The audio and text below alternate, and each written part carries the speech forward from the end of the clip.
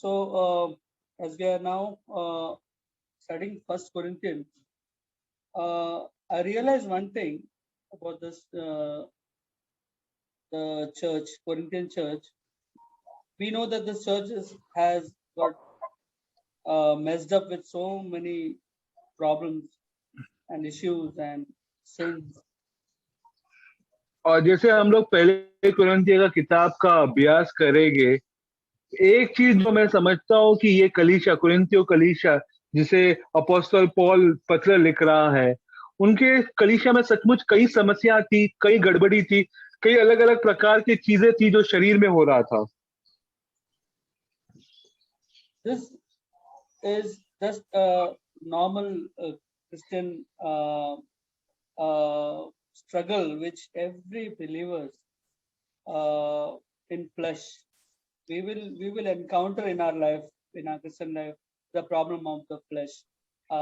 Initially, when we first accepted Christ, it was so nice. It was all such goosebumps, and we were feeling so heavenly lifted up.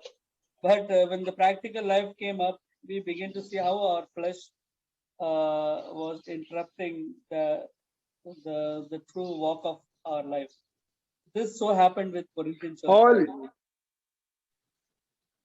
और ये संघर्ष जो कुरिन्थियों कलीसिया सामना कर रही थी, ये संघर्ष हर एक विश्वासी के जीवन में आता ही है. ये संघर्ष उसका अपने शरीर के साथ किया हुआ संघर्ष है. जब भी हम विश्वासी होते हैं, प्रभु यीशु मसीह पे विश्वास करते हैं, हम इतने खुश होते हैं, हम सचमुच बहुत उत्साहित और हमारे अंदर बहुत उत्साह होता है. लेकिन जैसे जैसे हम प्रभु यीशु मसीह अपना जीवन हमारे द्वारा जीने लगता है, हमारा सामना हमारे शरीर से और संसार से होता है, वो एक अलग प्रकार का संघर्ष है जो हर विश्वासियों को गुजरना पड़ता है. और यही संघर्ष कुरिन्थियों की कलीसिया भी गुजर रही थी. And so we know that Paul knows it very well. He knows the real battle.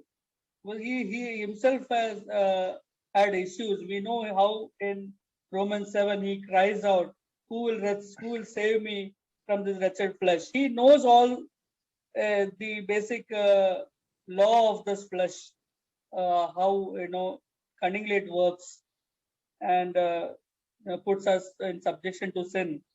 So, और अपोस्तल पौल को ये सारा संघर्ष का ज्ञान था. उन्हें पता था कि एक विश्वासी अपने शरीर में कितने सारे संघर्ष के द्वारा गुजरता है. जैसे अपोस्तल पौल खुद रोमियो की किताब में कहता है कि मेरे जैसे पापी को कौन बचाएगा. वो अपने शरीर के कार्यों के कारण इस प्रकार अपने आप में निराश हो रहा था. तो वो इस निराशा को अपोस्तल पौल बहुत अच्छी तरह से जानते थे. And so we see here, therefore he prays for the Corinthian church, and he does not see them as wretched people. He sees them as genuine born again children of God. Only thing is that these people did not have the knowledge of the enlarged Christ, of the enlarged Christ, the deeper knowledge of the Christ to combat the flesh problem. They did not have doctrinal knowledge of certain truths, और कोरिन्थियों कलीसिया को इस वक्त पूरा सिद्धांत या परमेश्वर का वचन पूरी तरह से पता नहीं था, या उनके पास पूरा परमेश्वर का वचन नहीं था, या शरीर का जो सिद्धांत है, शरीर अनुग्रह का सिद्धांत, ये सब क्या ज्ञान था नहीं कोरिन्थियों कलीसिया को अभी तक. He knew that just as grace was needed for him, grace was needed for this Corinthian church also, and therefore he greets them. और उन्हें पता था कि जिस प्रकार परमेश्वर की अनुग्रह की जरूरत उन्हें है, उसी प्रकार परमेश्वर की अनुग्रह की जरूरत कुरिन्थियों के कलीसिया को भी है. Exactly. So he greets them, grace to you and peace from God. The problem with the Corinthian church is that they needed grace. And he asserts that point. He begins with asserting that point. Grace to you and peace from God, our Father and Lord Jesus Christ. और हम वही देखते हैं वचन 3 में, हमारे पिता परमेश्वर और प्रभु यीशु मसीह के ओर से तुम्हें अनुग्रह और शांति मिलती रहे.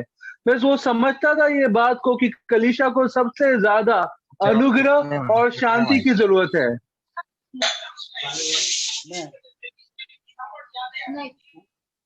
So when we are all facing different kinds of trials and troubles in our life, what we need is grace. When we look in some brother struggling, we need to pray for the brother that he may get grace and peace may come upon him. और जब भी हमारे जीवन में कोई समस्या आती है या हमारे जीवन में कोई संघर्ष आता है, हमें ये बात को समझना है कि सबसे ज्यादा उस वक्त हमें कुछ चाहिए तो वो है परमेश्वर का अनुग्रह और परमेश्वर की शांति। जब भी हम कोई भाई को देखते हैं संघर्ष करता हुआ या अपने भाई को देखते हैं कि वो किसी समस्या में है, तो हमें प्रार्थना करना है उसके लिए कि परमेश्वर का अनुग्रह उस पर आए और परमेश्वर का शांति वो प्राप्त करे। I believe Paul must have spent many hours in his knees praying for the Corinthian church and getting revelation and knowledge of the doctrines from the Lord, direction, counsel, advice, how to guide our fellow brothers of Corinth. और apostle Paul जो है अपने घुटनों में दिनों तक प्रार्थना करते रह गए कुरिन्थियों कलीसिया के लिए कि क्या परमेश्वर उनको निर्देश दे, परमेश्वर उनको प्रकटीकरण दे कि उनको किस प्रकार से कुरिन्थियों कलीसिया को निर्देश दे या कुरिन्थियों कलीसिया को किस प्रकार से समझाए। And so it's a prophetic command that he commands over the situation of Corinth. Is commanding grace come upon them, peace come upon them, because he knows because the enemy, the power of darkness are always at work, and when we prophesy grace and peace upon believers, immediately I believe the spiritual door of heaven opens up for that brother to receive those brothers in Corinth to receive the truth, or else they would not receive the truth otherwise. Such is the condition of heart. और apostle Paul ये बात को अच्छी तरह से समझते थे कि जो चीज सबसे ज्यादा कुरिन्थियों कलीसिया को चाहिए या जो चीज कुरिन्थियों कलीसिया को सबसे ज्यादा जरूरत है वो है परमेश्वर का अनुग्रह और परमेश्वर की शांति। इसीलिए वो प्रार्थना करता है परमेश्वर के अनुग्रह और परमेश्वर के शांति के लिए, कलीसिया के लिए, ताकि स्वर्ग जो है वो खुल जाए और उनका हृदय वो सच्चाई को प्राप्त करने के लिए, स्वीकार करने के लिए तैयार हो जाए। Amen. Exactly. So because he has to now come very strongly ahead against them, pointing out their sins, pointing out their problems, and had to discipline them, had to use strong words, and he had to rebuke them, and all those things he had to write to them. But before writing to them, before things mess up, and Satan takes up the advantage and take it in another direction altogether, there's a very strong prophetic command of grace and peace which Paul commands over the situation of Corinth. This is not just writing for some kind of decorative stylish words to use. It is a spiritual matter. Grace and peace over the situation. Grace that you may be able to now know Christ properly. In the light of this knowledge of Christ, you will realize now where your problem is and you will be able to perfect yourself now. और प्रेरित पौलुस जो है ये पत्र लिखने से पहले ये पत्र में काफी बार वो कुरिन्थियों कलीसिया को डांटता है, काफी बार कुरिन्थियों कलीसिया की निंदा करता है, काफी बार कुरिन्थियों कलीसिया को सुधारने के लिए शब्दों का इस्तेमाल करता है। लेकिन ये सब करने से पहले वो ये बात को समझता है कि कुरिन्थियों कलीसिया को अनुग्रह और शांति की जरूरत है। ये सब लिखने के लिए दो शब्दों का इस्तेमाल नहीं किया गया है, अनुग्रह और शांति, प्रेरित पौलुस के द्वारा, लेकिन ये भविष्यवाणी है, ये भविष्यवाणी का वचन है जो अपना संदेश देने से पहले प्रेरित पौलुस प्रार्थना कर रहा है कि कुरिन्थियों कलीसिया को प्राप्त हो, ताकि उनको समझ में आए कि उनकी परिस्थिति, उनकी हालात क्या है, उनकी स्थिति क्या है प्रभु यीशु मसीह के सामने, परमेश्वर के सामने, कि कैसे वो नीचे गिर गए हैं क्योंकि जब वो समझेंगे कि वो नीचे गिर गए हैं और उनकी परिस्थिति परमेश्वर के सामने कैसी है या उनकी दुर्दशा परमेश्वर के सामने कैसी है, तभी वो अपने आप को सुधार पाएंगे। तो ये भविष्यवाणी का प्रार्थना वचन है वो प्रेरित पौलुस के द्वारा कुरिन्थियों कलीसिया के लिए। Seriously, when we are also now, when we got to meet some family, or when it comes, when we go for counseling session, when we go out to preach the word, especially when it comes to doctrinal issues, and there is clashes, and some people are headstrong and haughty, and I and Jebu, we always have faced many times difficulty. But then when we pray, this is the prayer which we pray grace, we pray for peace to come upon them. So that immediately we see in the second visit, third visit, the doors open up, their hearts open up for us to, and then they receive the truth. We have observed. और जब भी हम भाइयों से मिलने जाते हैं, खास करके अगर किसी भाई के साथ सिद्धांत के बारे में बातें करनी है या परमेश्वर का वचन उनको देना है, तो मैं और जेबू जब भी हम लोग कई बार जाते हैं तो बहुत बार हम लोगों को संघर्ष महसूस होता है। बहुत बार भाइयों के बीच में हम लोग एक बात पे सहमत नहीं हो पाते हैं, बहुत सारी असहमति हो जाती है। लेकिन जब भी हम प्रार्थना करते हैं, और ये हमारा हृदय से हमेशा प्रार्थना होता है, पहले हम प्रार्थना करते हैं कि वो भाई को अनुग्रह मिले, परमेश्वर का, भाई को परमेश्वर का शांति मिले, क्योंकि वो अनुग्रह और शांति के द्वारा ही परमेश्वर उसके हृदय में कार्य कर सकता है। फिर हम देखते हैं कि 2 मीटिंग 3 मीटिंग के बाद भाई तैयार हो जाता है परमेश्वर का वचन, परमेश्वर का सिद्धांत, परमेश्वर की बातों को स्वीकार करने के लिए। And so we see that even Jesus Christ, when he sends his disciples 2 by 2, he tells them before they enter anybody's house, they prophesy, peace be upon them, upon you. And if anybody does not receive those disciples, then the peace would depart from them. And then Jesus says, then you can shake the feet of the sand of the feet, and then you can go. So the peace will depart from that house. This is how Jesus got even disciples to preach. और प्रभु यीशु मसीह जब अपने शिष्यों को उन्होंने भेजा था सुसमाचार प्रचार करने के लिए, तो उन्होंने कहा था कि तुम किसी भी नगर में जाओ, किसी भी गांव में जाओ या किसी भी घर में जाओ, सबसे पहले प्रार्थना करना कि उस नगर, उस गांव, उस घर में परमेश्वर की शांति प्राप्त हो। अगर उस जगह में परमेश्वर का शांति प्राप्त करने के लिए कोई लायक होगा तो वो आपो परमेश्वर का शांति प्राप्त करेगा। लेकिन अगर कोई भी वहां पे परमेश्वर की शांति के लिए लायक नहीं होगा, वो शांति वापस लौट के तुम्हारे पास आ जाएगा। और प्रभु यीशु मसीह ने कहा था, अगर कोई तुम्हें स्वीकार नहीं करता है तो अपना पाँव का धूल को झाड़ के वहां से चले जाना, और उसके लिए बहुत कठिन समय होगा न्याय के दिन।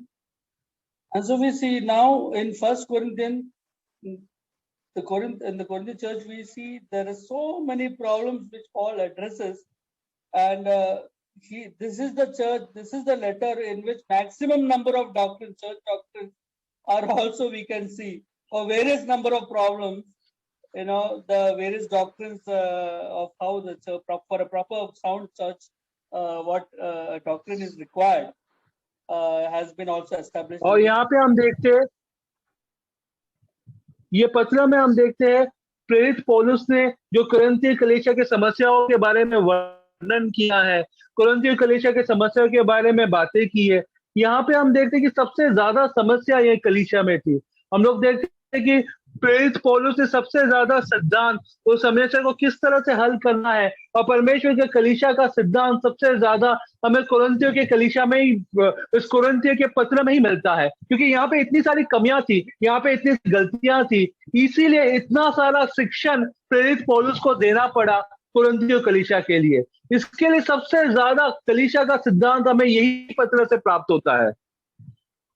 And so now this is regarding our conduct with the Lord, how basic believers in the church should behave in the church, and his relationship with the Lord is beautifully portrayed in this epistles of First Corinthians. So there are so many doctrines which we are going to study, And let me tell this. Yeah, Sanjeev, you can interpret. तो यहाँ पे हम देखते हैं कि एक विश्वासी का चरित्र जो है यहाँ पे तैयार होता है। एक विश्वासी का जो सामान्य चरित्र किस प्रकार होना चाहिए कलीसिया भाइयों के साथ और परमेश्वर के साथ, उसका किया उसका वर्णन हम लोगों को इस पत्र में मिलता है। I want to tell you all very seriously, as we are all now a Bible student. That's why we are attending this Bible study. We need to, this is the word of God, and God is going to judge us on a judgment day based upon the word. And therefore, we need to study this Bible study with a very, very sincere and open heart to get corrected and to be perfected. If there is anything, it's like a mirror. If there's anything which we see, which is not right as per what is the doctrine mentioned in Corinth, we should be willing to get corrected. So that is the basis of और ये doctrine of church. और ये परमेश्वर का वचन है, और ये परमेश्वर का वचन का अभ्यास हम इसीलिए कर रहे हैं ताकि हम अपने आप को सुधार सके। जैसे कुरिन्थियों की कलीसिया में बहुत सारी गलतियां और कमियां थी, वैसे ही जैसे ये पत्र पढ़ते हैं हम, जैसे ये कुरिन्थियों का अभ्यास करते हैं हम, ये हमारे सामने एक आईने के समान है। और जब हम इस आईने में अपने अंदर कुछ गलती या अपने अंदर कुछ कमियां देखते हैं, हम अपने आप को भी सुधारते हैं। यही कारण है ये बाइबल स्टडी का, यही कारण है कि हम अभ्यास कर रहे हैं पहला कुरिन्थियों की किताब का। Otherwise, what will happen is we'll fall short of the grace. I'll tell you, grace is connected with grace. Grace leads to higher grace. There's a connection. Grace to grace, there is a connection. I'll tell you how. और मैं आपको बताना चाहता हूं, जो अनुग्रह है वो अनुग्रह के साथ जुड़ा हुआ है। अनुग्रह जो है वो बड़े अनुग्रह की ओर लेके जाता है हमें, और अनुग्रह से अनुग्रह जुड़ा हुआ है, ये मैं आपको बताता हूं। For example, if I want to preach to somebody my gospel, and if that gospel has to be benefited by a man, then God has to give them grace for him to receive the truth, right?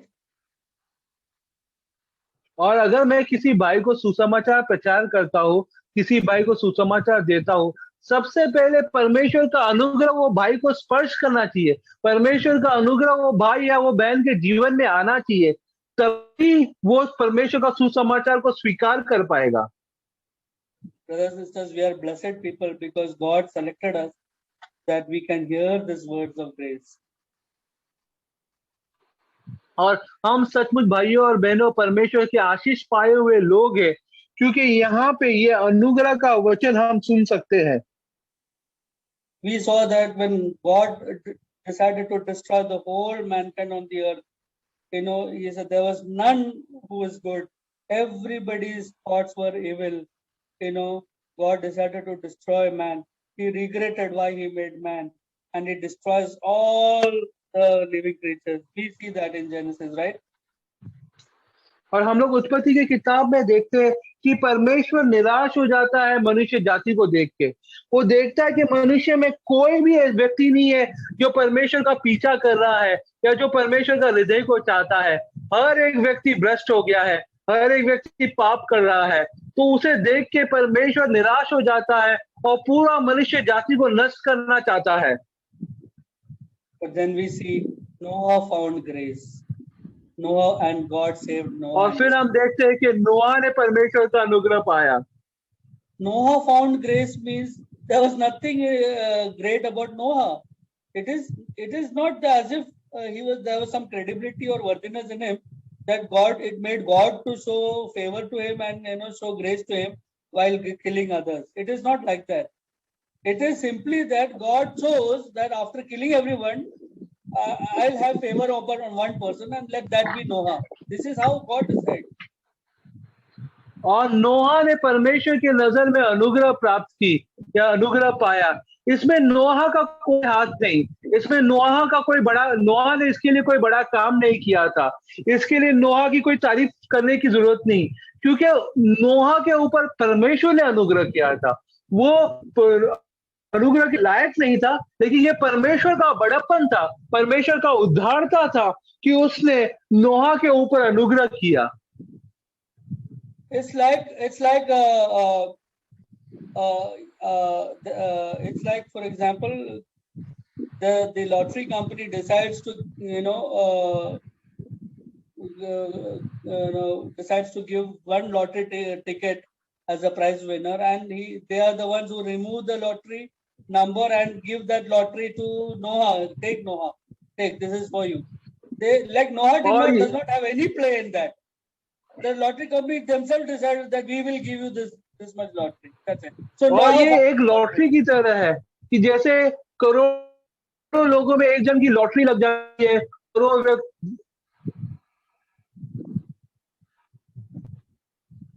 Voice is on.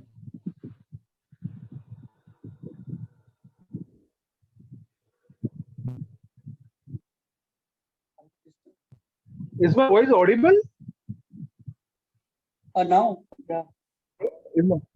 Because it was cracking a lot. Okay. तो ये एक lottery के समान है। जैसे हम देखते हैं कि लाखों लोगों में एक जन को लॉटरी लग जाता है और उसे जो है इनाम का पैसा मिलता है, उसी प्रकार परमेश्वर का अनुग्रह नोहा के ऊपर आया। नोहा का इसमें कोई हाथ नहीं, नोहा ने उसके लिए कोई काम नहीं किया था, लेकिन ये परमेश्वर का उद्धारता है, परमेश्वर का बड़प्पन है कि परमेश्वर ने नोहा के ऊपर अनुग्रह किया। Similarly, so a person, when he receives the gospel, it is because of the grace of God.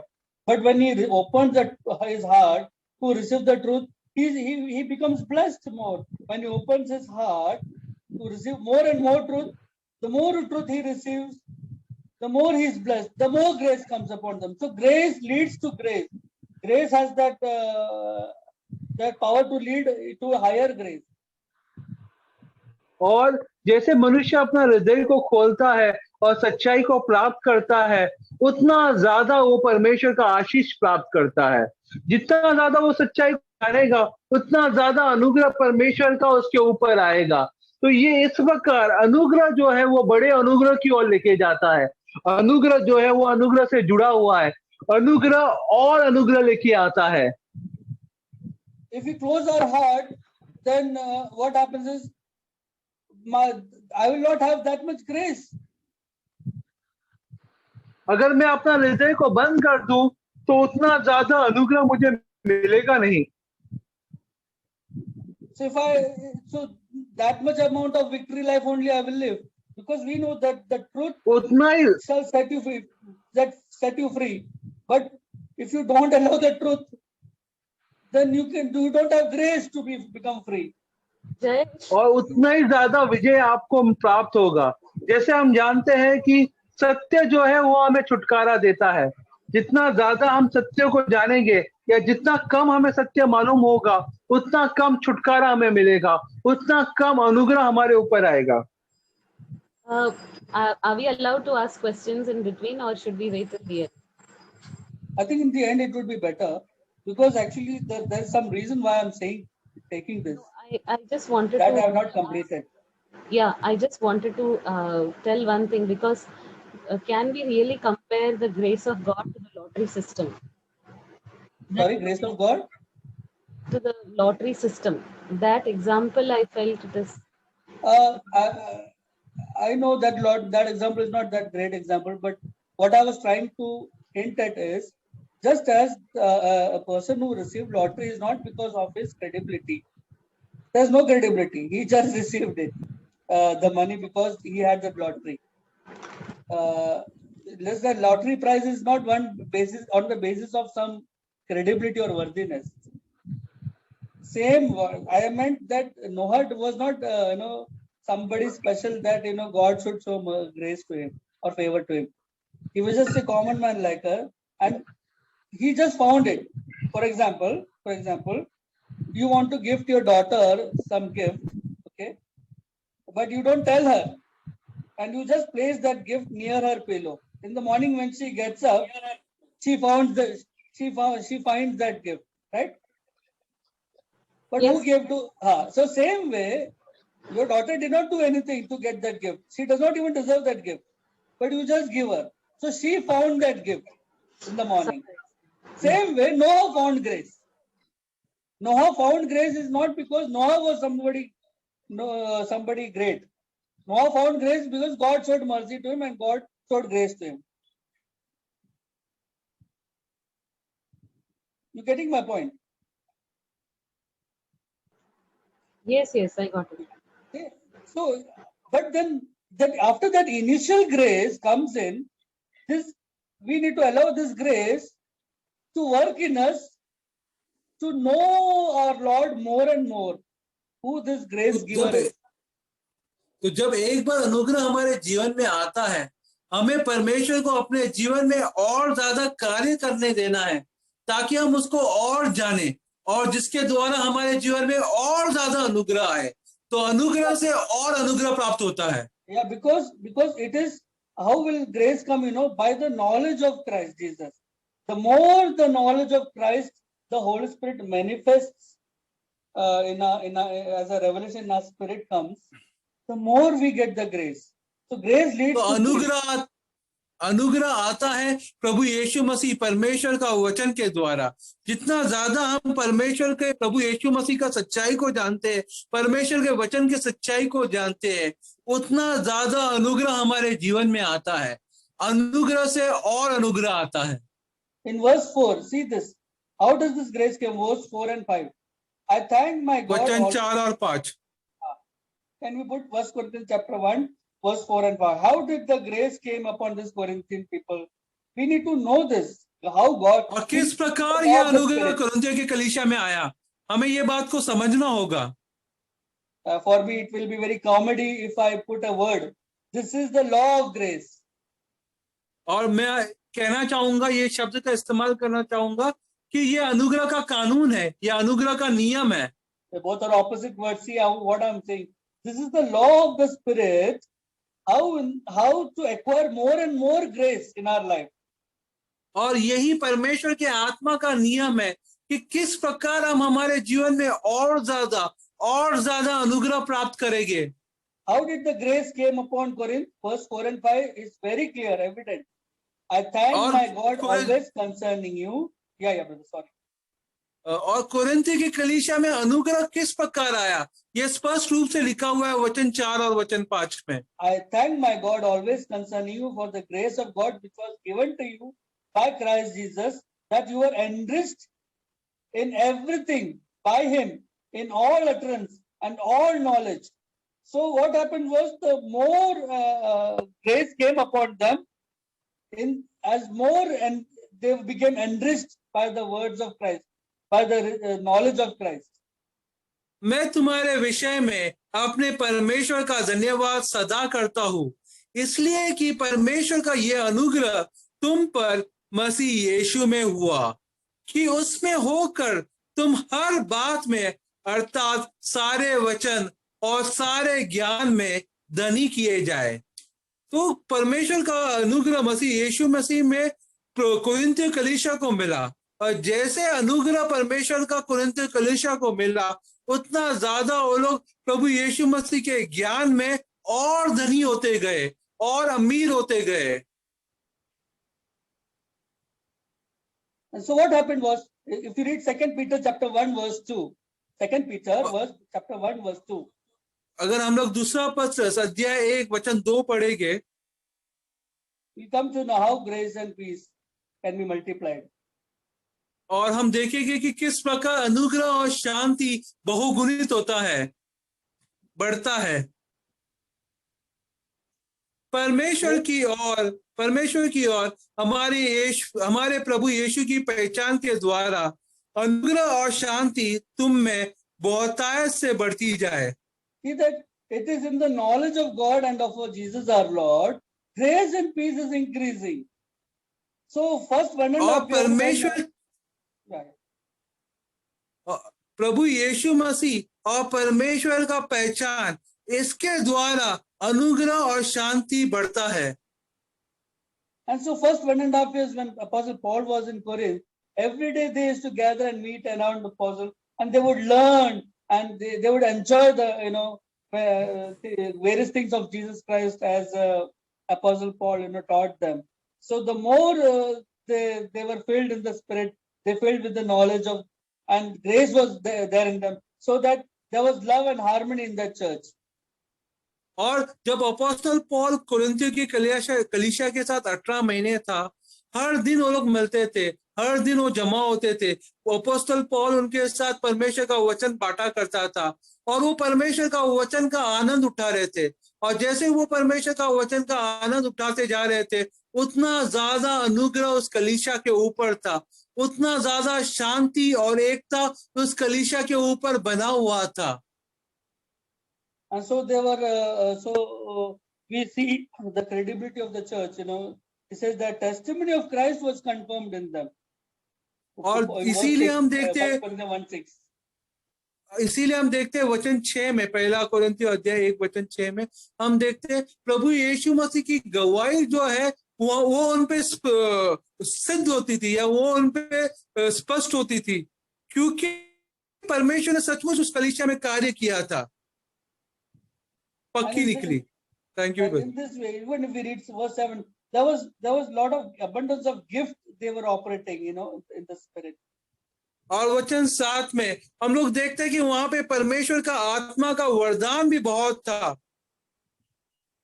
But somewhere, where did the real trouble came? When Apostle Paul left from there, we see that this word of God did not take deep root inside their hearts. और समस्या कब शुरू हुआ? समस्या कब शुरू हुआ? हम देखते हैं कि जब अपोस्टल पॉल कलीसिया को छोड़ के आगे बढ़ता है सुसमाचार प्रचार करने के लिए, हम देखते हैं कि परमेश्वर का वचन सचमुच उनके हृदय में अमीरता से पकड़ा हुआ नहीं था, अमीरता से भरा हुआ नहीं था। कुरिन्थियों कलीसिया में it was at the superficial level. In the spirit, everybody were rejoicing, but in the soul, the word of God did not, get deep, and it did not go deep into them. And I believe that was the reason. आत्मा में तो सब लोग आनंद मना रहे थे, लेकिन परमेश्वर का वचन ने वहां पे उनके हृदय के अंदर, उनके प्राण में जड़ नहीं पकड़ा था, वो गहराई से उनके हृदय और उनके प्राण के अंदर गया नहीं था, जड़ नहीं पकड़ा था। इसीलिए ये सारी समस्याओं को हम देखते हैं। They had reconciled with God, they had a beautiful relationship with God, but between one another, when the real practical issues started coming in, and since there was no doctrine, no proper official systematic doctrine, they did not have as a blueprint given to them. That time there was no Bible, no New Testament, so they did not know. They did not have the truth. They lacked the complete truth when it came to the practical church living. तो परमेश्वर से तो लोग सब परमेश्वर के साथ तो सब लोग बहुत प्यार करते थे और परमेश्वर के साथ उनका संबंध भी बहुत अच्छा था, लेकिन एक दूसरे भाइयों के साथ जैसे रोजमर्रे के जीवन में वो लोग जीने लगे, तभी नया करार नहीं था, तभी उनके पास परमेश्वर का वचन नहीं था, तभी उनको प्रेरित पौलुस ने लिख के नहीं गया था करके क्या करना चाहिए, जब समस्या आएगी या ये समस्या आएगी तो उसका हल क्या होगा, या उसमें किस प्रकार आपको जीना है या आपको किस प्रकार रहना है, उनको ये समाधान नहीं मालूम था।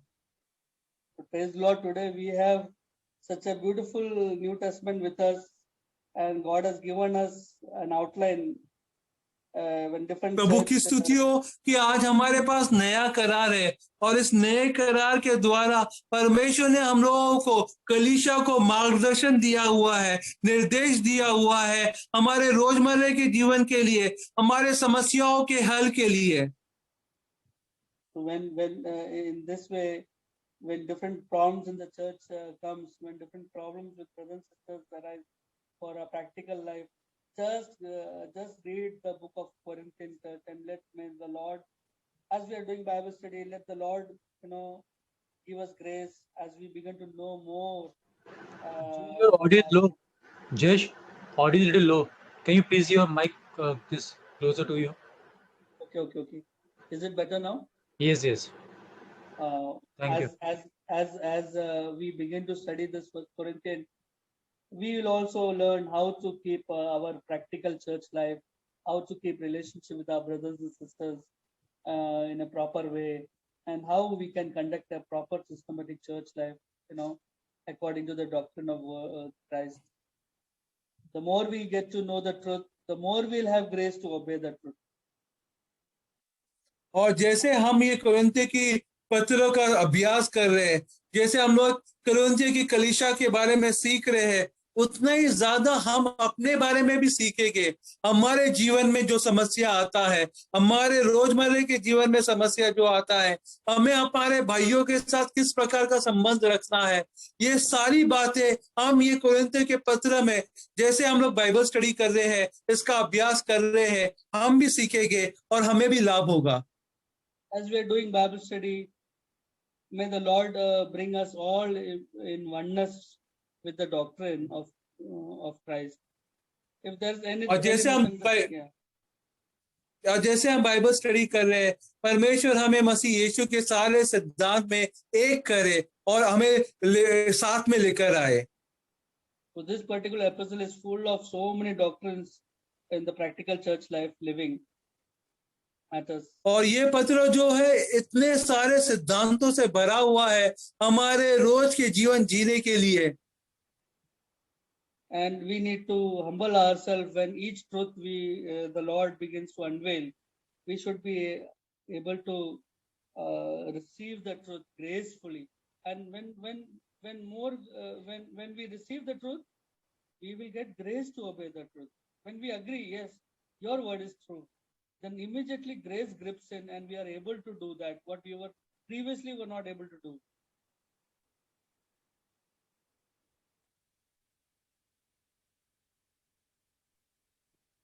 You are hearing me? या तो जैसे अनुग्रह प्राप्त करते हैं, जैसे हम परमेश्वर के वचन को और गहराई से समझने लगते हैं, उतना ज्यादा अनुग्रह हम लोगों को मिलने लगता है। So that is how the testimony of Christ will be formed in us, will be confirmed in us. Otherwise our testimony will not match. If our self-life, our testimony of Christ should be confirmed in us. That's what the Christ wants in the bride. और इसी प्रकार मसीह यीशु का जो गवाही है वो हमारे जीवन में पक्का होगा, वरना हमारी गवाही मसीह यीशु के गवाही के साथ समान नहीं होगी। वो प्रभु यीशु मसीह का गवाही हमारे जीवन में पक्का नहीं होगा। जब हम ये अनुग्रह प्राप्त करते हैं परमेश्वर से, तब हमारी गवाही जो है मसीह यीशु में पक्की होती है। So otherwise what will happen is, Bible teaches this way, but I am not able to be one with you. I am not able to accept this. It is your interpretation. You all teach like this, but my understanding is like this. If there is a division like this, then at such a time, what should one do? या ऐसा होगा कि आप बोलोगे कि हाँ, Bible ऐसा सिखाता है, आपका सिद्धांत ऐसा है, लेकिन मैं ऐसा नहीं कर सकता हूं, मैं इसके साथ सहमत नहीं हूं, मेरे से ऐसा नहीं होगा। तो इन हालातों में हमें क्या करना है? At such a time, my wise advice, humble advice suggestion would be that no matter what I think, no matter what I feel, the interpretation of so and so doctrine is, Lord, I humble myself before you. I want you to teach me the truth. At the end of the day, your testimony should be formed in me. If it is not your testimony that is being formed in me, of how you humbled before Father God and did whatever Father God told you, Lord, and if I am doing my own things and your word is not getting significant place in my heart, then Lord, one day at your judgment seat I have to come. और So, Lord, you better correct अगर- me. You show me the fault today only. And let us sit with one another. Let us continue to reason with one another with grace, with peace, with love, till we become one, till there is a peace. I believe that Amen. the one who is in error. Sorry. और अगर आप मेरे सिद्धांत के साथ, हमारे या अभ्यास के साथ सहमत नहीं होते हो, तो मेरा आपसे नम्र विनती यही होगा कि आप परमेश्वर के सामने जाए, अपने आप को नम्र करे और परमेश्वर से प्रार्थना करे कि परमेश्वर ये बातें आप मुझे सिखाइए, ये सिद्धांत आप मुझे सिखाइए। जिस प्रकार प्रभु यीशु मसीह ने अपने आप को नम्र बनाया पिता के सामने, और उसने अपने आप को इतना नम्र बनाया कि वो इस संसार में आ गए और पिता का इच्छा पूरा करने के लिए इतना दर्दनाक मृत्यु को भी सहने के लिए तैयार हो गए। उसी प्रकार परमेश्वर प्रभु यीशु मसीह का गवाही अगर हमारे जीवन में पक्का होना है, हमें भी परमेश्वर के सामने नम्र होना है, अपने आप को नम्र करना है और परमेश्वर से सीखना होगा। और फिर हम भाइयों को, आप आकर हमें सिखाओ करके आपने जो परमेश्वर से सीखा है, पूरे नम्रता के साथ, प्रेम के साथ और शांति के साथ हम हमारा विचारों का आदान प्रदान करें।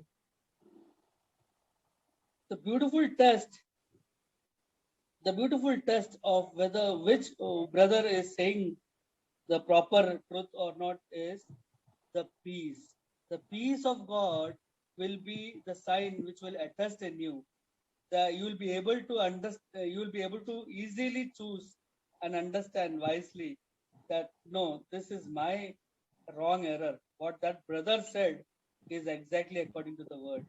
I should be able to humble and be able to accept what brother's doctrine is, what brother is sharing, and the peace will be the sign, because and when I am wrong, and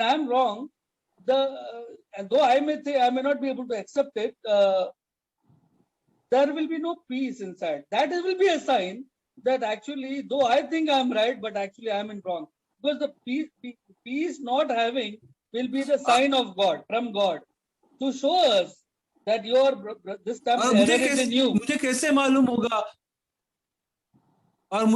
मालूम होगा कि मैं सही हूँ? अगर मैं सही हूँ तो उसका चिन्ह होगा कि परमेश्वर का शांति मेरे अंदर है, प्रभु यीशु मसीह की शांति मेरे अंदर है। प्रभु यीशु मसीह का शांति अगर मेरे अंदर है तो मैं सही हूँ। अगर मैं सही नहीं हूँ, शायद मैं मानूंगा नहीं कि मैं सही नहीं हूँ, लेकिन फिर भी मुझे अपने अंदर परमेश्वर की शांति महसूस नहीं होगी। अगर मैं भाइयों के सिद्धांत को सीख रहा हूँ, भाई से सिद्धांत को समझ रहा हूँ और परमेश्वर की शांति मेरे अंदर आ रही है, तो मुझे समझना होगा करके भाई का जो सिद्धांत है वो सही है। और अगर मेरे अंदर परमेश्वर की शांति नहीं है, उसका अर्थ है मैं गलत हूँ। This has happened with me several times. I'm sharing my practical. और ये मेरे साथ कई बार हुआ है, मैं आपके साथ ये बांटना चाहता हूँ। As a family member, I can share. When it comes to doctrinal matters, I always fight tooth and nails with our brother PC, and I would, till I'm convinced, I would, argue, I would, lay down my points, and many times that brother would be, even though he would be quiet and he would not proceed, I would lose my peace. And then I realized when I sit in my quiet time before the Lord that I was simply arguing. The error was the Lord begins to show that that I was in the wrong and the brother was actually in a proper right doctrine. और मैं आपको अपना परिवार के रूप में यह बांटना चाहता हूँ कि कई बार मेरा वाद विवाद हुआ है, कई बार मैंने बहस किया है परमेश्वर के सिद्धांतों को लेकर ब्रदर मैथ्यू के साथ, ब्रदर पीसी मैथ्यू के साथ, और कई बार जब तक मुझे सही नहीं लगा, जब तक मुझे मेरे हृदय में शांति नहीं मिलती है, मैं अपना मुद्दा जो है ब्रदर के साथ बांटता रहा। शायद ब्रदर खुद चुप हो गए, शांत हो गए और वो कुछ बोले नहीं, लेकिन मैं अपना मुद्दा, अपनी बात बनाने के लिए वाद विवाद बहस करता रहा। लेकिन फिर जब मुझे समझ में आया, भाई खुद शांत हो गए, जब मुझे समझ में आया कि मेरे अंदर शांति नहीं है, तब मैं समझा कि सचमुच भाई सही है और मैं गलत हूँ। इस प्रकार मैं अपने आप को सुधारता रहा कि परमेश्वर की शांति मेरे अंदर है या नहीं है। Beloved, grace and peace therefore go hand in hand. Because God इस knows, yeah. मेरे प्रियो, इसीलिए परमेश्वर का अनुग्रह और परमेश्वर का शांति साथ ही साथ में जाता है। Because this truth from the Bible, in order to assimilate and understand, only spiritual man can understand and discern spiritual things. A carnal man cannot understand this, and he will not be able to accept this doctrine. और ये जो अनुग्रह है, ये सिर्फ एक आत्मिक व्यक्ति को ही मिल सकता है। मतलब ये परमेश्वर का सिद्धांत, परमेश्वर का वचन, जो शरीर में बुद्धिमान व्यक्ति है, जो शारीरिक है, वो शरीर के बुद्धि से भी ये प्राप्त नहीं कर सकता। लेकिन जब परमेश्वर का अनुग्रह आता है आत्मा में, हम आत्मा में ये सिद्धांत और ये वचन को प्राप्त करते हैं। What we are saying is very much in connect with 1 Corinthians, because if you see, Paul is also in the same line where I am now right now struggling. In the same way, Paul is also struggling to explain. In verse 1:14, chapter 2, verse 14. See what he says. और जैसे मैं संघर्ष कर रहा हूं आपको ये बात समझाने के लिए परमेश्वर के अनुग्रह और शांति के बारे में, वैसे ही प्रेरित पौलुस भी संघर्ष कर रहा था। अगर हम लोग अध्याय 2 का वचन 14 और 15 को देखेंगे, परंतु शारीरिक मनुष्य परमेश्वर की आत्मा में की बातें ग्रहण नहीं करता, क्योंकि वो उसके दृष्टि में मूर्खता की बातें हैं, और न वो उन्हें जान सकता है, क्योंकि उनकी जांच आत्मिक रीति से होती है। आत्मिक जन सब कुछ जांचता है, परंतु वो आप किसी से जांचा नहीं जाता। I believe प्रभु की स्तुति हो। Do not think that I'm going off track. I'm very much, I understand what I'm talking right now in connection to 1 Corinthians study that we are taking. ऐसा मत सोचिए करके मैं भटक रहा हूं या मैं मुद्दे से बाहर जा रहा हूं। मैं पहले कुरिन्थियों के किताब के बारे को समझने, बारीकी को समझ के ही अनुग्रह और शांति के बारे में बता रहा हूं। So when the grace comes upon us, that grace, we should allow that grace to work in us, so that the more abundance of grace comes in us, because we need grace to obey the truth. जब परमेश्वर का अनुग्रह हमारे जीवन में आता है, हमें परमेश्वर की तब हमें परमेश्वर का अनुग्रह को कार्य करने देना है हमारे अंदर, ताकि हमें और अनुग्रह मिले और हम परमेश्वर का वचन का आज्ञा का पालन करें। अनुग्रह से ही और अनुग्रह आता है। For example, to know the first truth, a man, a sinner, when he comes to that Jesus is the Christ, Jesus Christ is the Lord who took away sin. This is the truth. He has to have the grace first of all. When God gives him grace to receive this gospel, then what happens is that grace that comes in him makes him to accept the Lord, and he becomes a believer. और परमेश्वर, और जब एक अविश्वासी है, एक संसार का व्यक्ति, उसको पहली सच्चाई मालूम पड़ती है कि प्रभु यीशु मसीह ने मेरे पाप का कीमत चुकाया है, प्रभु यीशु मसीह ने कलवरी क्रूस पे मेरे पापों के लिए लहू बहाया है, और उसके द्वारा मैं पिता के साथ एक हो सकता हूँ। जब वो ये सच्चाई को जानता है, वो अनुग्रह परमेश्वर का प्राप्त करना चाहिए, तब वो सच्चाई को स्वीकार कर पाएगा, तब ये सच्चाई पे वो विश्वास कर पाएगा।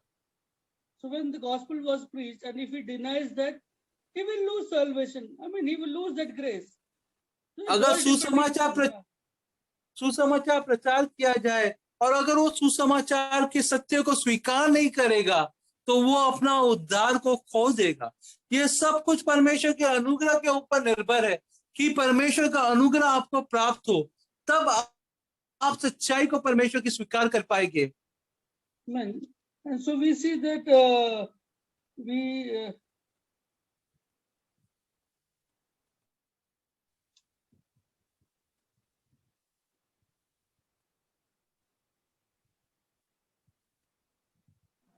lost you for a few seconds, Jayesh. We lost you. Please, can you repeat? Sorry? नहीं, he has taken a pause. He has taken a pause. If I'm not. Yeah. What I'm saying is, so once the grace, so we all are the ones now received Jesus Christ, right? So we have all are the partakers of grace. We all have grace in us. तो हम सब जिन्होंने प्रभु यीशु मसीह को स्वीकार किया है, हम सब परमेश्वर के अनुग्रह में अभी भागीदार हो गए हैं। जिन्होंने प्रभु यीशु मसीह को स्वीकार किया है, हम सब प्रभु के अनुग्रह में, परमेश्वर के अनुग्रह में हिस्सेदार हो जाते हैं। Then God allows situations to come in our life, and then only to show that God, our flesh, when it comes up on surface, we begin to realize the peace goes, and we begin to realize, Lord, there is now somewhere now some problem is there in my spiritual life. Lord, I need you now. I need you. You help me out. So that grace, when we come to the throne of grace, He will never deny us. He will never reject us. और जब हम परमेश्वर की सच्चाई को मानते हैं, उसके अनुग्रह में चलने लगते हैं, तब परमेश्वर हमारे जीवन में कुछ ना कुछ समस्याओं को भी भेजता है। और जब हमारे जीवन में वो समस्या आता है, हमें समझ में आता है करके हम लोग वो समस्या का समाधान नहीं ढूंढ पा रहे, हमें वो समस्या का समाधान हल नहीं मिल रहा है। जब हमें वो समस्या का समाधान नहीं मिलता है, तब हम परमेश्वर के पास आते हैं। परमेश्वर को कहते हैं कि परमेश्वर, ये समस्या को मैं हल नहीं कर पा रहा हूँ, मुझे आपका अनुग्रह का जरूरत है। परमेश्वर कभी भी अपने अनुग्रह के लिए आपको मना नहीं करता है, और वो आपको और अनुग्रह देता है।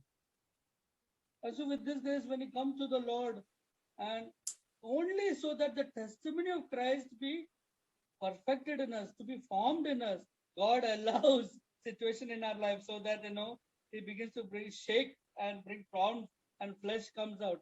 This is what happened with Corinth. और परमेश्वर वैसे ही करता है।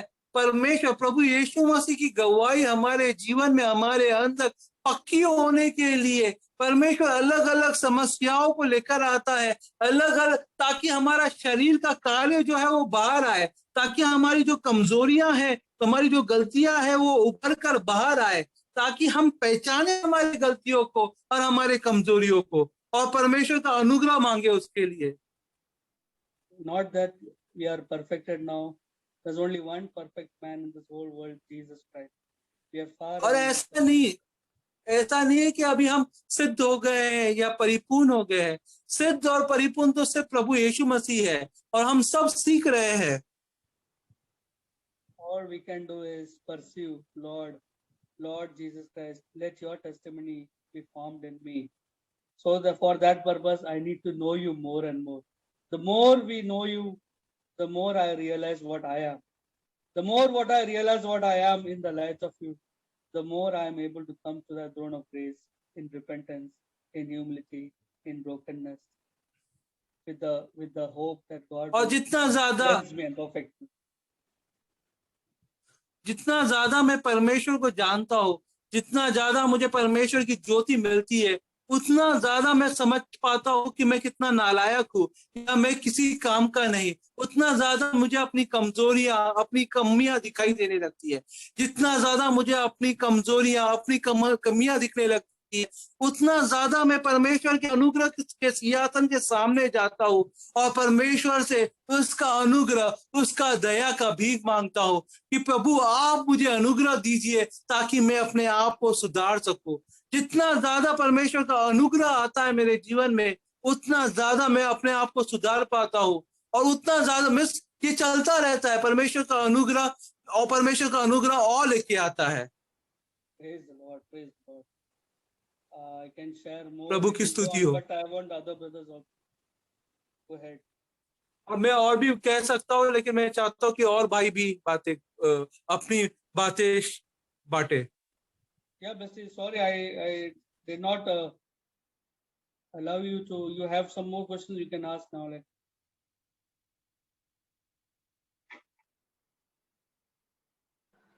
No, Jay, she doesn't have any question.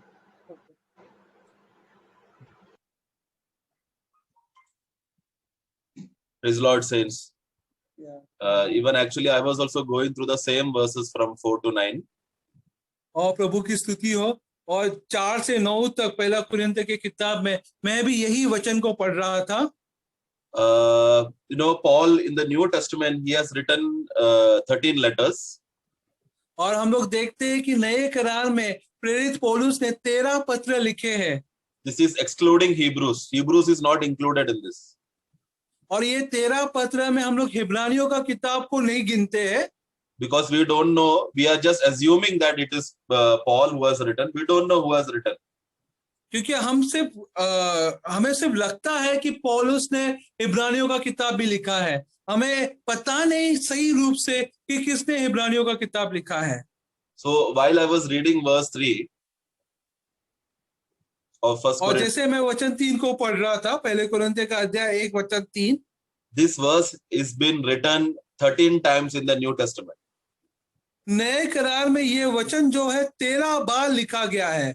And that is the same number of how much Paul had written the New Testament letters.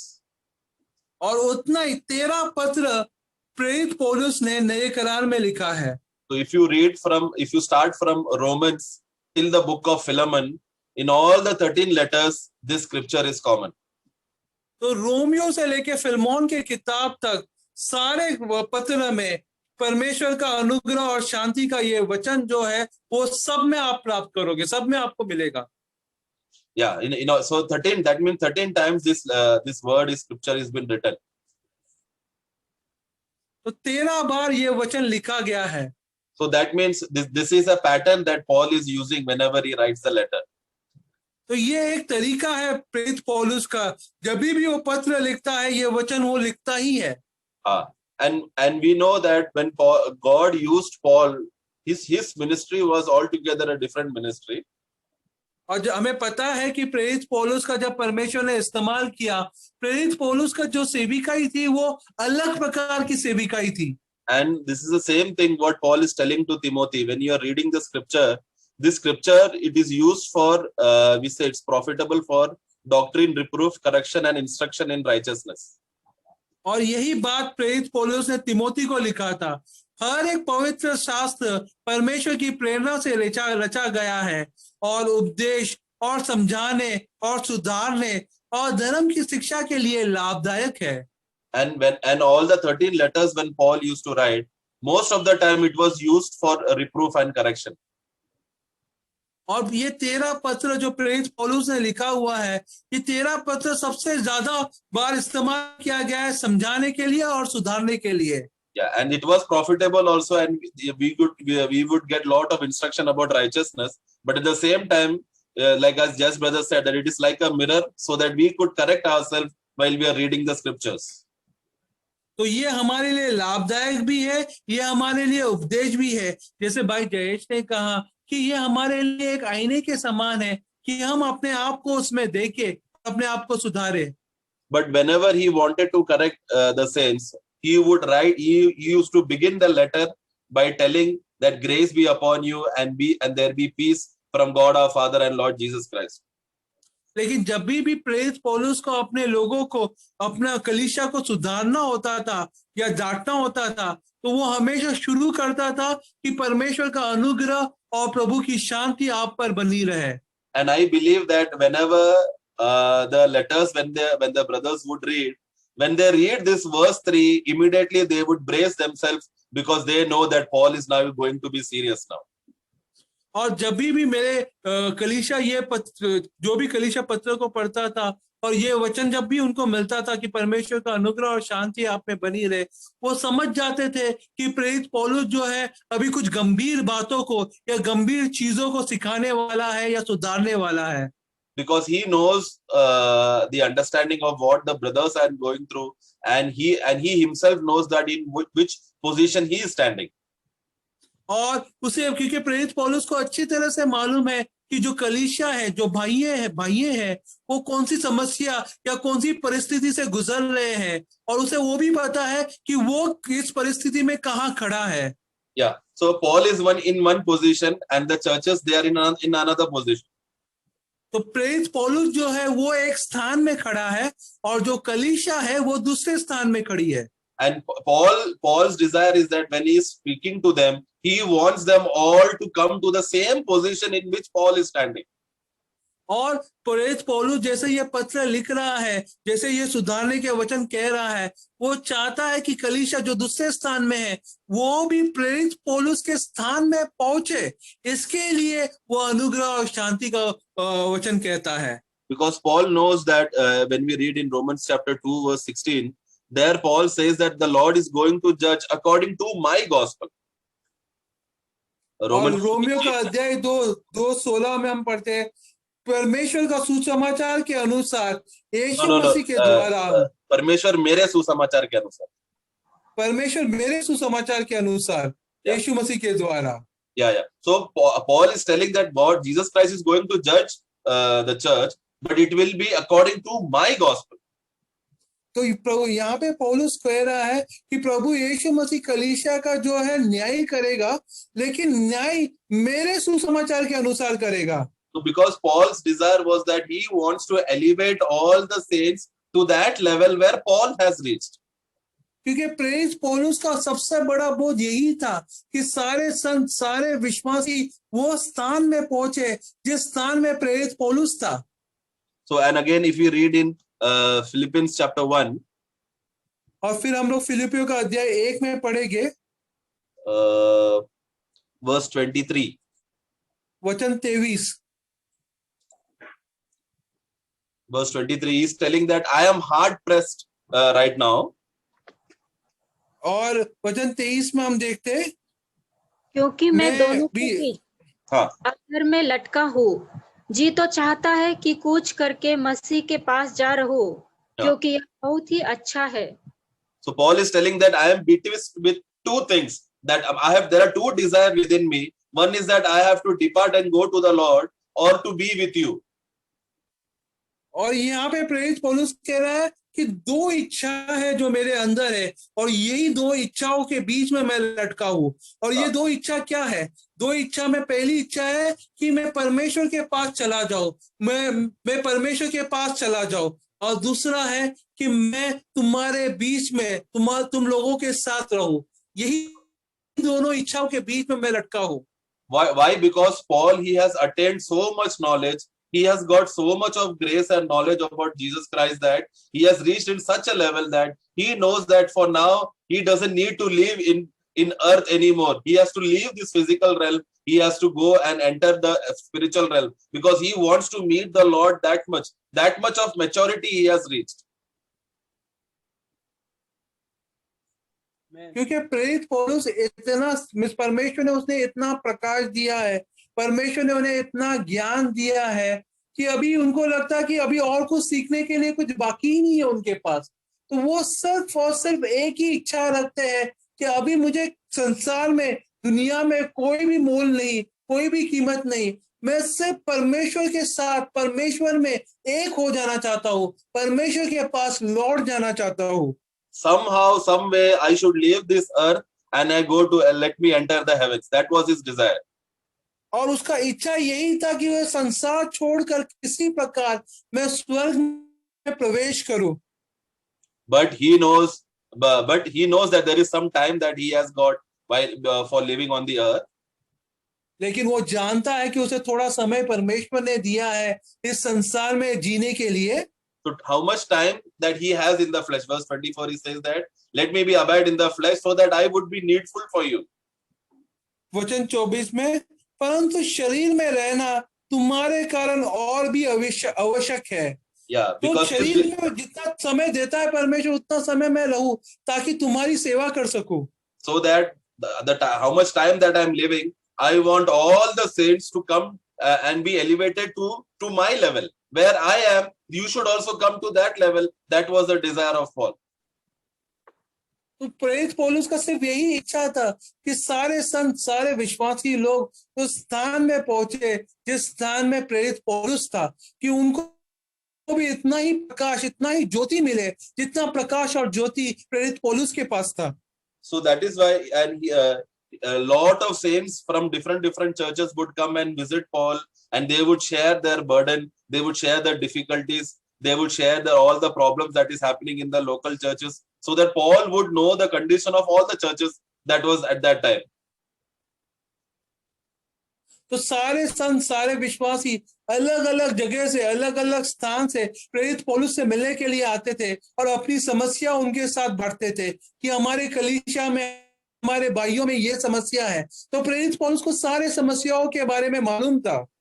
Or else he would have Timothy or Titus, there would be some, his co-workers would come and give information that these all things are happening in the other churches. या उसके पास भाई तिमोथी था, भाई तीतस था, जो उसके पास, जो प्रेरित पौलुस के पास आके कलीसिया का ब्यौरा देते थे, वो उनको बताते कि कौन सी कलीसिया में क्या समस्या हो रही है। So whenever he hears all these things, and being filled in the Spirit, he would start writing letters to all the churches to tell them that these are all the issues, and when you have to be in the Spirit to understand this. और क्योंकि प्रेरित पौलुस आत्मा से भरा हुआ था और जब भी उसे ये खबर मिलती थी या जब ब्यौरा मिलता था कि ये समस्या ये कलीसिया में है, तो उस कलीसिया को वो पत्र लिखकर उनको संबोधित करता था, क्योंकि वो जैसे वो आत्मा से भरा हुआ था, वो चाहता था कि सारी कलीसिया भी आत्मा में भरी रहे। Yeah, but because of the position that the other churches are, it is very difficult for them to be elevated and come to the same position as Paul was. लेकिन जो हालात में, जो परिस्थिति में दूसरी कलीसिया थी, उनके लिए बहुत मुश्किल था उस परिस्थिति, उस हालात में उठकर, जैसे प्रेरित पौलुस जिस स्थान में है वो स्थान में वो पहुंचे, कलीसिया भी पहुंचे। That is why he would give that is why he would write a catchphrase, that is his saying that grace be upon you and peace be from God our Father and from our Lord Jesus Christ. इसीलिए प्रेरित पौलुस जब भी अपना पत्र लिखता था, वो ये वचन कहता था कि परमेश्वर का, प्रभु यीशु मसीह का अनुग्रह और शांति तुम प्राप्त करो, तुम्हें मिले। So that when the readers, when they read this, immediately they would also come to the same mind and understand what Paul is trying to say, so that they could also be elevated and come to the same position as Paul is.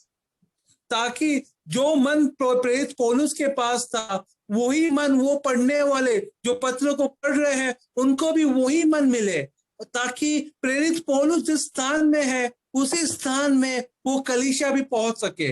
And he knows that it is very difficult for them. और वो जानता था कि कलीसिया के लिए बहुत कठिन था कि प्रेरित पौलुस के स्थान तक पहुंचे। That is why he would say, let grace be upon you.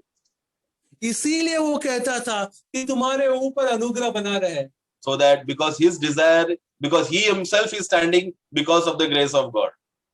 क्योंकि वो स्वयं जानता था कि वो खड़ा है परमेश्वर के अनुग्रह के कारण। Not because of some good works that he has done. ये कोई उसके अच्छे कार्यों के कारण नहीं है जो उसने किया। Or not because of the good knowledge that he has. या कोई अच्छे ज्ञान के कारण नहीं जो उसके पास है। But Paul knew that I am standing here because of the grace of God. Same way you should also stand in the grace of God. और प्रेरित पौलुस जानता था कि मैं यहाँ पे खड़ा हूँ परमेश्वर के अनुग्रह के कारण, उसी प्रकार तुम भी परमेश्वर के सामने खड़े रहो परमेश्वर के अनुग्रह के कारण।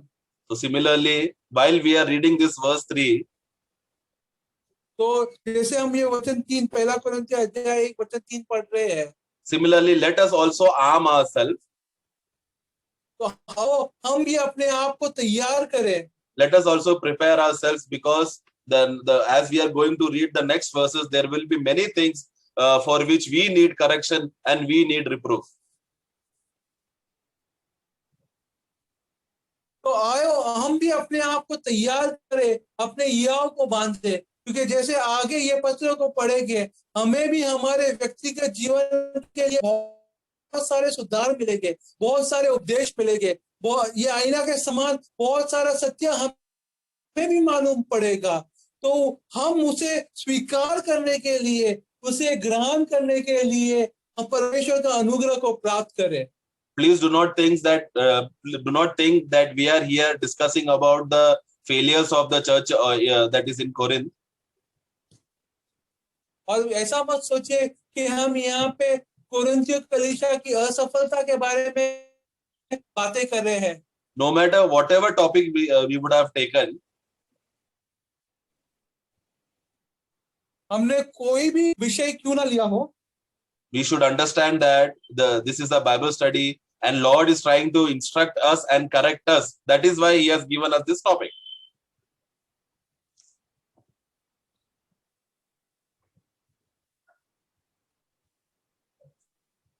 Network issue है क्या?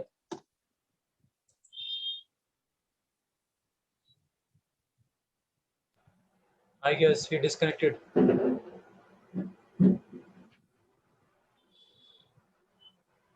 Can you hear me? Yeah, brother, I can hear you. Yes. Okay, he disconnected, I guess.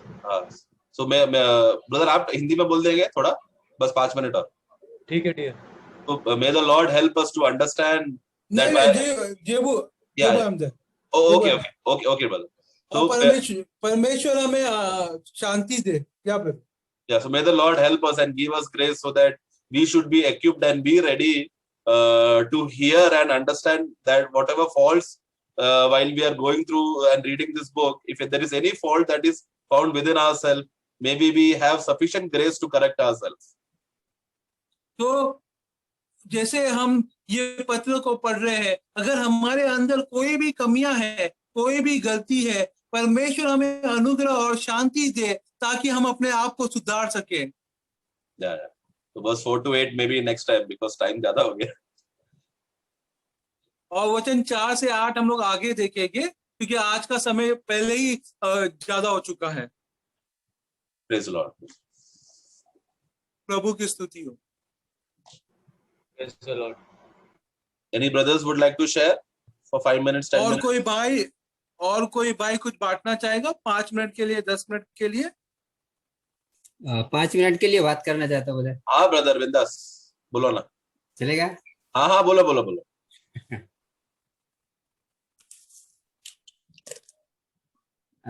सबसे पहले सारे भाइयों को धन्यवाद करना चाहता हूँ कि बहुत दिनों के बाद में हमें वचन बांटने के लिए मिल रहा है. First of all, I want to praise and thank God for all the saints and this meeting because after a long time I'm getting this privilege to share the word. और भाई जयेश को भी धन्यवाद करता हूँ कि उन्होंने इस कुरिन्थियों के विषय में जो प्लेटफॉर्म डाला है वो हमारे लिए बहुत ही लाभदायक होगा. Amen. And also I want to personally thank Brother Jayesh for so that when he introduced and gave the platform of 1 Corinthians, this is really a benefit for us. और ऐसा मैं समझता हूँ कि ये वचन जो आज हम लोग सुन रहे और जो एंजॉय कर रहे हैं वो मैं 10 सालों के बाद आज इस चैप्टर से इतना खुश हो रहा हूँ, इतना आनंदित हो रहा हूँ. Amen. And right now when I'm reading the scriptures, when I'm going through the scriptures, I'm so happy and I'm so much enjoying. It's as if after 10 years of my born again experience, and today I'm getting more riches and more joy after reading the scriptures. Last week भाई Finney एक वचन 2 से एक बात बोला था कि इन वचनों को मैं कई बार पढ़ के आगे निकल जाता हूँ और इसमें कुछ भी मतलब नहीं है ऐसा सोचकर मैं आगे निकल जाता हूँ. Last week when Brother Finney, when he was sharing, he said that he was discussing from verse 2 and he was telling that many of time I have read that scripture and many of time I would skip that scripture because I wouldn't give much importance to verse 2. हमारे church में भाई Finney बहुत ही छोटा है, एक बालक है. And let me tell you that in our church Finney is the what do we say, is the least among us and he's just a child. और मैं ऐसा सोचता था कि भाई तो बहुत छोटा है, वो क्या बात करेगा, मैं क्या उसे सीख सकता हूँ, ऐसा सब हमेशा सोचता था. And I used to think that this Finney is just a child and what will I learn from such a child. लेकिन आज जब कुरिन्थियों का चर्च का जो ये पत्र जो पौलुस के द्वारा लिखा गया है, इस पे जब गहराई में मैं जा रहा हूँ तब मुझे यह पता चला है कि सारे भाइयों में जो कमियां है, कुरिन्थियों चर्च के बीच में जो कमियां आ गई थी उसको सीधा करने के लिए भाई पौलुस ये पत्र लिखा है. So but when today as we are studying the book of Corinth, one thing I came to understand that there were a lot of shortcomings that was there among the brothers in the church in Corinth, and that is why Paul is risen up and he's trying to correct all the saints, and that is why he's writing this letter. और जब मैं ये वचन जो Finney के द्वारा आया, जब मैं समझा, तब मुझे यह रियलाइज हुआ कि मैं भी उसी पे फंसा हूँ, उसी बात पे मैं फंसा हूँ जैसे कुरिन्थियों की कलीसिया फंसा हुआ था. And then when I heard the testimony from Finney last week, immediately I came to know one thing, that I am also in the same situation as the saints in the Corinth is happening. What is happening there? ये same स्थिति कुरिन्थियों कलीसिया में था कि सारे भाई लोग आपस में एक नहीं थे. सारे भाई लोग एक दूसरे को छोटा बड़ा या पौलुस का या अपोलोस का या यूनानी या यहूदी, इस तरह से आपस में फूट आ गई थी चर्च में. Yeah, so just like the situation that was there in Corinthian church, like they used to think that I am big and you are small, or you know nothing, you are just a Greek guy, I am a Jew, somewhere of Paul and somewhere of Apollos, and there was lot of divisions and lot of factions within the church.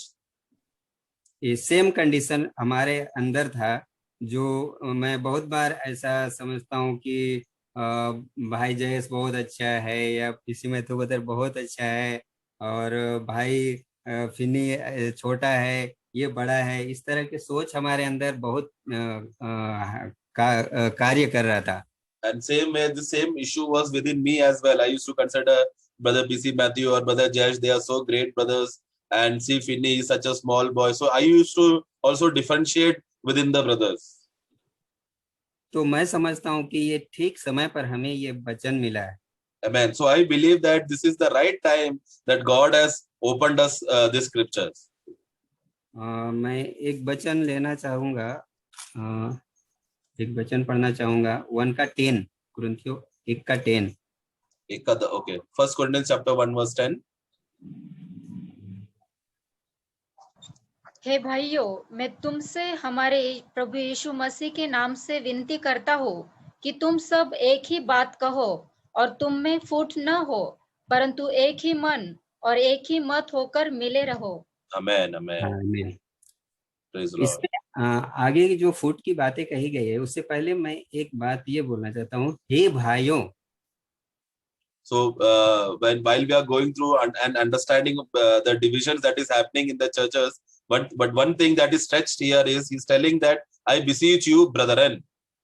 भाई Paul लिखता है church को, हे भाइयों, हे भाइयों. So Paul, when he's writing to the church, he's telling brethren. अभी जिस तरह से मैं बताया कि भाई फिनी को मैं छोटा बच्चा समझता हूँ और अदर भाइयों को बहुत बड़ा समझता हूँ, तो बड़ा भाई को बड़ा भाई कह सकता हूँ और छोटे भाई को हे भाई कह सकता हूँ, या हमारे लेवल के जो भाई है उसको कैसा करके मैं बुलाना चाहिए. So now, just like I said earlier, so Finney is just a child, so he doesn't know much, and there are other great brothers there. So I call them great brothers who are least. How should I call them? And brothers who are in my level, how am I supposed to call them? ये हमारा ऐसा मत है और हम खुद से ऐसा बांट लेते हैं भाइयों को, वो बड़ा, वो छोटा, वो मिडिल, ऐसा. Yes, actually this is our understanding and this is our wrong thinking, because we think that there are some brothers who these are big brothers and these are small brothers, and this is how we categorize according to our understanding. इसलिए भाई पौलुस बोलता है कि तुम सभी एक मत रहो, एक मन रहो. Amen. That is why Paul is telling to the church and telling that is why brothers, that you should be perfectly be joined together in the same mind. इसलिए वो बोलता है हे भाइयों, सारे भाइयों को बोलता है हे भाइयों. कोई भाई बड़ा नहीं है, कोई भाई छोटा नहीं है, कोई भाई मिडल नहीं है, कोई गलत काम कर रहा है उसको या कोई अच्छा काम कर रहा है उसको नहीं बोलता, बल्कि सारे भाइयों को, सारे कलीसिया को लिखता है हे भाइयों. Amen. That is why Paul, when he's writing, is telling, hey brethren, because he's not characterizing or giving them any rank. There is no big brother, there is no small brother, there is no middle brother, or this brother is good because he's doing good works, that brother is bad because he's doing bad works. There is no such ranking in Paul. He's telling brethren to everybody equally. वचन 2 में हम देख सकते हैं कि किस तरह से वचन 2 में बात किया भाई पॉल ने। And in verse 2 we read, परमेश्वर की उस कलीसिया के नाम जो कुरिन्थुस में है, अर्थात उनके नाम जो मसीह यीशु में पवित्र किए गए और पवित्र होने के लिए बुलाए गए हैं, और उन सब के नाम भी जो हर जगह हमारे और अपने प्रभु यीशु मसीह के नाम से प्रार्थना करते हैं। यहाँ पर हम 3 पार्ट देख सकते हैं। एक है जो पवित्र किए गए हैं, और एक जो पवित्र होने के लिए बुलाए गए हैं, और एक वो झुंड है जो अलग अलग जगहों पे रह के प्रभु के नाम की प्रार्थना करते हैं। So by this we can understand there are we can characterize in 3 type of brothers: one who are being sanctified, and one who are called to be saints, and then third we see that those saints who are living other places and who are calling on the name of the Lord. इसलिए भाई बोलता है सभी को एक मन रहकर एक मत होकर सभी को बोलता है, हे भाइयों।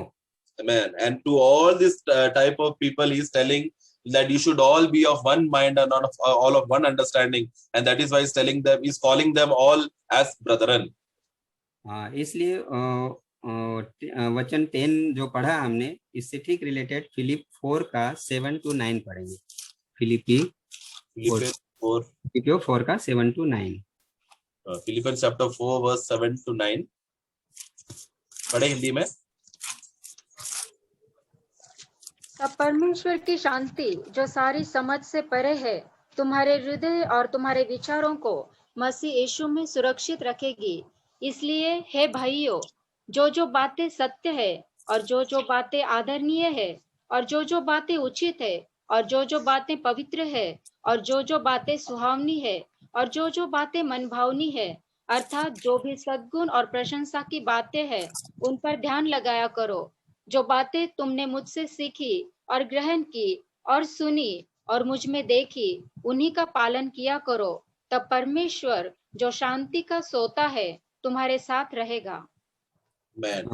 एक्चुअली 10 के साथ में सिर्फ 7 ही जोड़ा तो भी काफी होता है कि सभी एक मन तुम में फूट ना हो, परंतु एक ही मन और एक ही मत होकर मिले रहो, तब परमेश्वर की शांति जो सारी समझ से परे है तुम्हारे हृदय और तुम्हारे विचारों को मसीह यीशु में सुरक्षित रखेगी।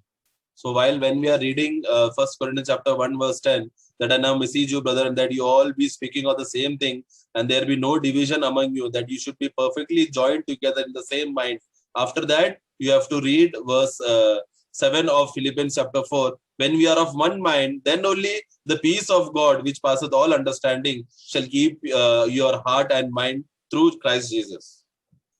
तो जिस तरह से 1 का 2 में हम देखें कि हम ये 3 झुंड अलग अलग को हम समझ सकते हैं, उसी तरह अगर हम समझे कि आज इसमें से हम किस झुंड में हैं, तो ये पत्र जो सदियों पहले लिखा गया, जो 2000 साल पहले लिखा गया, आज हमारे हृदय में वो आकर इस तरह से कार्य कर रहा है कि मुझे ऐसा अभी महसूस हो रहा है कि ये पत्र जो 2000 साल पहले लिखा गया, ये हम तक आज पहुंच रहा है। Amen. So while I was reading this in Corinthians, especially in verse 2, how they are called to be saints, and how they are sanctified, and all the saints who are in different places who call upon the name of the Lord. So, and they should all be of one mind. This letter, which was written so many years back, especially around 2000 years ago, but in the same spirit, when we read, we understand that this today, after so many years, we are able to understand this scripture, and God is talking to us through this scripture. तो ये वचन जो सारे भाइयों ने मिलकर कुरिन्थियों को लिया और जिस तरह से प्लेटफॉर्म तैयार किया और जिस तरह से सारे भाई लोग वचन बांट रहे हैं, उसमें जो आनंद मिल रही है वो सचमुच विश्वास योग्य नहीं है। So and today I really want to thank all the saints because you came together and you opened up this platform and you took this topic of 1 Corinthians, and I am so joyful to hear all the brothers share and I'm really enjoying all the scriptures. इसके पहले मैं भी ऐसा बहुत बार Bible पढ़ लिया है, लेकिन जब अभी एक छोटा छोटा वचन में जब मुझे समझ में आ रहा है, जब हमारे हृदय में कार्य कर रहा है, जिस तरह से दो धारी तलवार की तरह से हमारे हृदय में जब कार्य कर रहा है, तो उसका आनंद लेने के लिए हृदय छोटा पड़ रहा है, इस तरह से फील हो रहा है। Amen. Praise the Lord, brother. बहुत बड़ी बात बोली आपने. I want to thank and today I have many a time I have read this scripture and I've gone through the scripture, but today when all the brothers are sharing and when they are giving in-depth knowledge of verse by verse and scripture by scripture and how the scripture is working within me as a double-edged sword and piercing me, and the joy that I am getting through listening to all the verses, I can understand that my heart is such small that it cannot contain the big joy that is getting right now through this Bible study. तो बस इतना ही बात करना चाहता हूँ. Praise the Lord, brother. Thank you, brother. मौका दिया बात करने के लिए, इसके लिए सभी को धन्यवाद. Praise the Lord, praise the Lord, brother. एक भाई प्रार्थना कर लेंगे. Okay, let us pray.